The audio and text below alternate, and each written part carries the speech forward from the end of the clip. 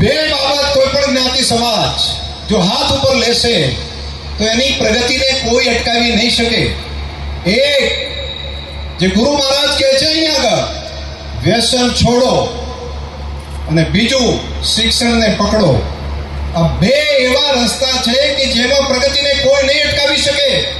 અમે રાજનીતિ કરવા વાળા લોકો કોઈની પ્રગતિ ન કરાવી શકીએ, પરંતુ એકમાત્ર શિક્ષણ એવું છે કે જેના ગરીબના ઘરના ઝૂંપડાની અંદર પણ જો શિક્ષણ પહોંચી ગયું તો એનો બેડો પાર થઈ જવાનો થઈ જવાનો. તો શિક્ષણથી જ માણસની દ્રષ્ટિ ખુલે છે. શિક્ષણથી જ આવતીકાલનું ભવિષ્ય પોતે જોઈ શકે છે. શિક્ષણ માત્રથી જ આપણું હિત શું છે એ આપણને ખબર પડે છે. અને શિક્ષણ જ્યાં સુધી નથી મળતું ત્યાં સુધી સત્ય શું છે એ બાબત સમજાતી નથી. અને જ્યારે બાકીનું બધા ચાલતા હોય એ જ પ્રમાણે ચાલે છે, એ જ પ્રમાણે ચાલ્યા કરે છે.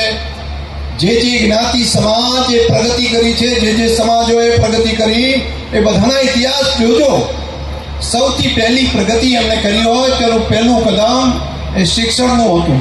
અને શિક્ષણનું કદમ જો હાથ ઉપર લીધું તેમાં કોઈ પાછી પાની કોઈ પણ રીતે થઈ શકશે નહીં.